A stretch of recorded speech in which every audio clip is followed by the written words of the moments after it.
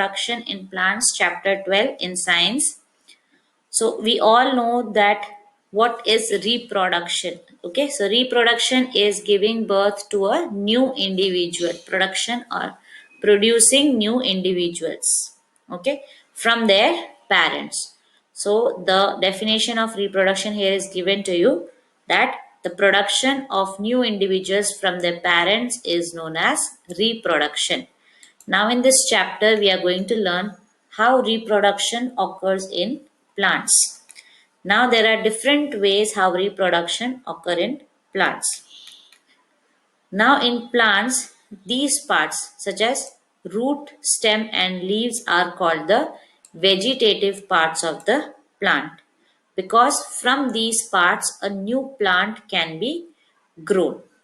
So after a certain period of growth, most plants bear flowers. We all know this, right? When the plant grows up to a particular height or particular, after some time, it on that plant flowers come up. For example, if we consider a mango tree, okay, a mango tree flowers in the spring season, and that flowers get converted into a mango fruit, which is fleshy and juicy, which we enjoy in the summer season. Now we all know that we can grow new plants from its seeds also. Yes, we have studied the whole process of germination of a seed with diagram in the earlier classes. But here we will see that how a seed is formed. Okay. Now, here we will learn one more thing, that flowers perform the function of reproduction in plants. Okay, so flowers do the reproduction in plants, and flowers are called the reproductive parts. So remember these two things, that stem, root and leaves are the vegetative parts and flower is a reproductive part of the plant. Now, there are several ways by which plants produce their offsprings. Offsprings means new plants, give birth to a baby plant. Now, they are categorized into two types. One is asexual and other is sexual. So, first we will start with the asexual reproduction. Now, what does asexual reproduction mean? Asexual reproduction means that plants can give rise to new plants without seeds. So, there is no seed required to give birth to a new plant.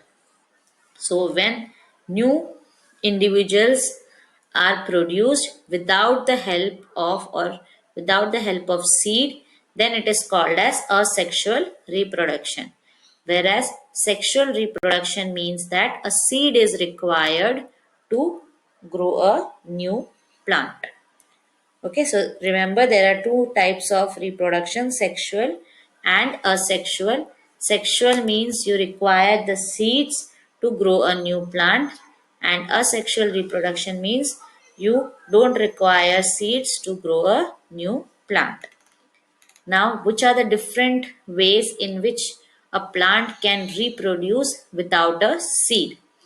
First is vegetative propagation. Now, in vegetative propagation, the vegetative parts of the plants, such as root, stem, leaves, and buds, are used to grow a new plant. Okay, that is called as vegetative propagation. Okay, so what is the definition of vegetative propagation? Reproduction done through the vegetative parts. Which are the vegetative parts? Root, stem, leaves and buds of a plant is known as vegetative propagation. Okay, so this is called as the first way that is used to produce a new plant without a seed using asexual reproduction is vegetative propagation. Okay, so remember this. The first way is vegetative propagation, and remember it is done through vegetative parts, root, stem, leaves and buds.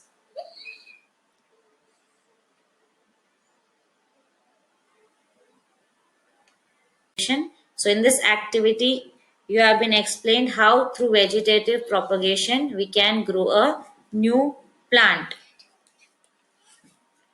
Now, for example, if we take a cutting of a stem of a rose, okay, that is the branch of a rose plant, and put it in the soil and give it proper nutrients and water, then from its nodes, new leaves come up. Now, what is a node?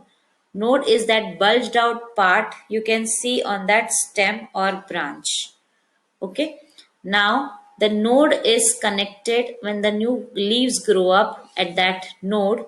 So the point at which a node and the leaf are connected with each other, it is this part, it is called as the axil of that plant. Okay, it is called as the axil, and on the axil you can see a bud comes up. Now this bud is not of the flower, it is of the new stem which is going to be, or a new branch which is going to be coming out of that place in a plant. Okay,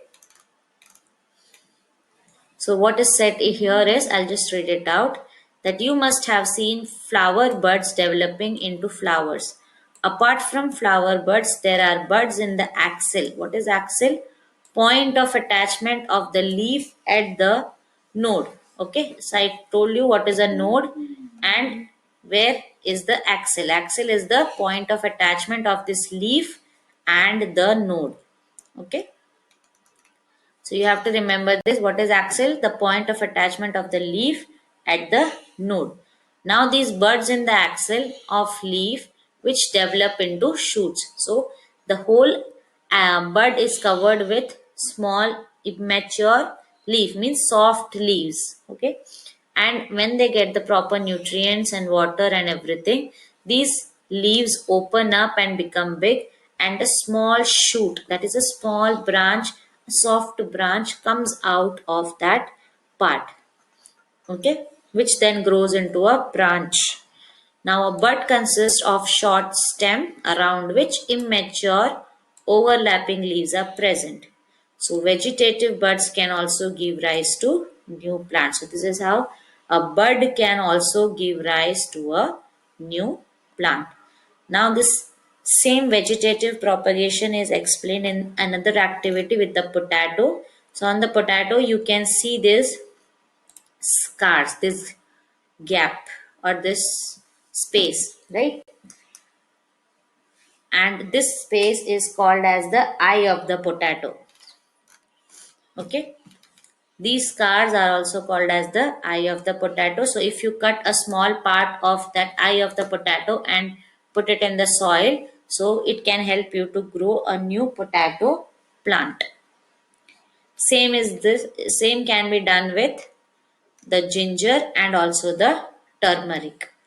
Now the next is the bryophyllum. So I had shown you in the class that how a bryophyllum leaf looks like. So you all had seen that at the end of that, the margin of the bryophyllum leaf, there are many buds. And if the bud falls in the soil and it gets water and nutrients, it can grow into a new bryophyllum, or it can give rise to a new bryophyllum plants. Okay, now roots of some plants can also give rise to new plants. Examples you should underline, you can underline roots and underline sweet potato and dahlia. These are the two plants which are grown from their roots.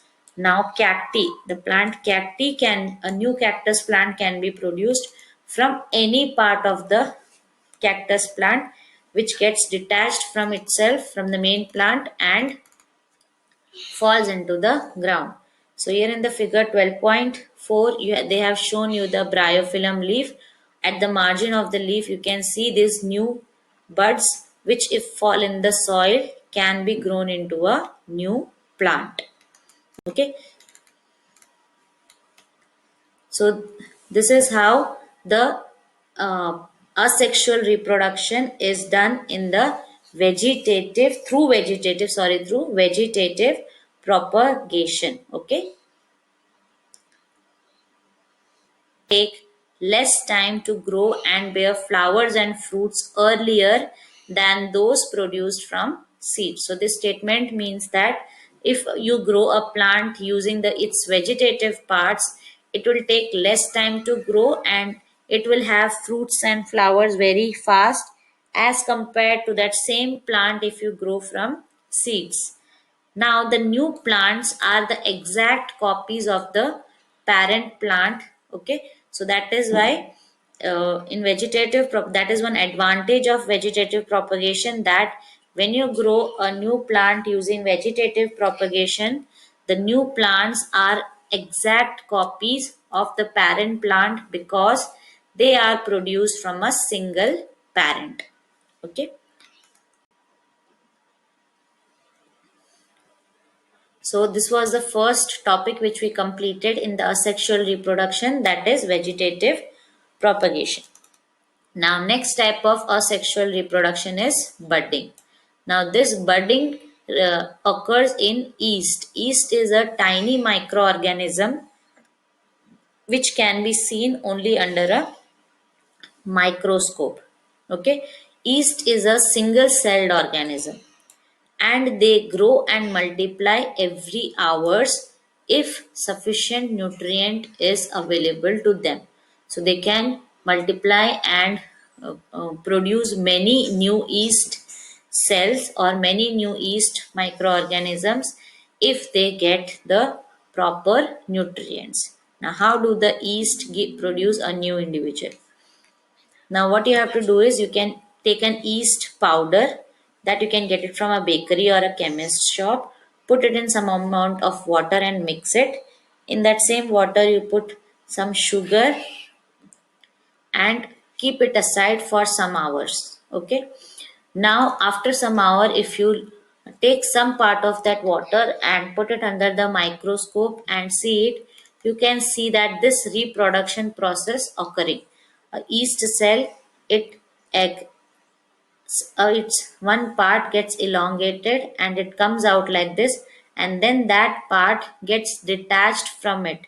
So that part which comes out of from that parent yeast is called as the new bud, and when that new bud detaches from itself, it becomes a new individual yeast cell, and that yeast cell, when it gets nutrients and water, it develops, it grows, and then it can also produce more individuals like it.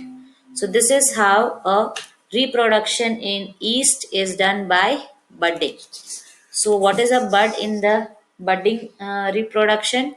The small bulb-like projection coming out from the yeast cell is called a bud, and the bud gradually grows and gets detached from the parent cell and forms a new yeast cell. Okay. Now this yeast cell also grows, it matures and produce more yeast cells like it. Okay. Now sometimes you can see in this diagram that there is a chain of new buds, right? If this things happen, if a chain is formed, then the number of yeast cells are produced, a large number of yeast cells are produced in a short period of time. Okay. So if such a chain is produced, then a large number of yeast cells will be produced in a short period of time. So here we complete the second type of sexual reproduction, that is budding. Okay, so budding occurs in the yeast, the microorganism yeast. Now next is fragmentation. Now fragmentation occurs in the algae. You can see white patches, green patches that are formed on the stagnant water. Stagnant means the water that is not flowing, that is in the ponds, or in the rainy season you can see at many places near the roadsides. Okay, so these white green patches are called as the algae. So how do the algae give birth to a new algae? The parent algae, it breaks up into two or more fragments, and these new fragments grow up into a new individual, and this process continues, and this therefore many algae can be formed in a short period of time. So this is shown to you in this figure 12.6.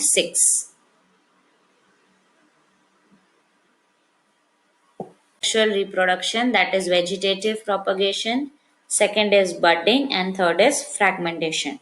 So, vegetative propagation is done using the vegetative parts. The budding is done in the microorganism yeast, and the fragmentation occurs in the algae in the stagnant water, okay, or ponds. Now, the last type of asexual reproduction is spore formation. So, spore formation occurs in the fungi. Yes, we had studied that a fungi grows on a dead and decaying matter. That we have studied in the last chapter or in the previous chapter, that how a fungi grows on a decaying bread, a bread that is stinking or whose it is starting to rot. Okay. Now, in the fungi that is formed on the bread, you can see at the top a cotton-like mesh, right? Now, you in under the cotton-like mesh or inside the cotton-like mesh, you have round ball-like structures which are called as spores. Okay, so now when these spores are released in the air, they keep floating in the air, and wherever they find the dead and decaying matter, they go and sit on it, and when they come in contact with that dead and decaying matter, they reproduce. Okay, they give birth to new spores when they get a favorable environment and conditions. Okay, a spore germinates and develops into a new individual. The spores can float in the air because they are very light in weight, and because of their light weight, they can cover long distances. Now, spores are asexual reproductive bodies. They are not sexual, they are asexual reproductive bodies. Now, each spore is covered by a hard protective coat to withstand unfavorable conditions. Okay, so a spore is covered with a hard coat so that it does not get destroyed, means it does not get damaged if there is very high temperature or very low humidity means there is very less amount of water vapor content in the atmosphere, means the atmosphere is very dry.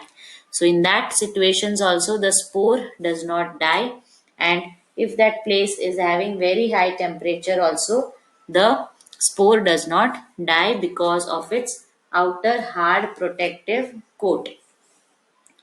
Now, under favorable conditions means if that spore gets the nutrients and the atmosphere, that is the climatic conditions, which helps it to develop a new individual, then it from it a new individual can be developed. Now there are two plants such as moss and ferns which do not have any reproductive part. It has only leaves. Okay, so such these two plants are grown or are reproduced by means of spores. Okay, so these spores help in the reproduction or growing more amount of moss and ferns, more types of moss and ferns. So moss and ferns, mosses, you may have seen that it is one type of small grasses which grow on the land. Okay, very small type of grasses, and ferns picture is given to you here in this figure 12.8. You can see small dots on the leaves, so these are the spores which help to reproduce the fern plant and give birth to new fern plants through spores. Okay, so these were the different types of asexual reproduction methods which we learned. I'll just repeat it once again. First is vegetative reproduction, second is budding, third is fragmentation, and the fourth one we studied, that is just now, that is spore formation. So always remember there are four methods by which a sexual reproduction can be done.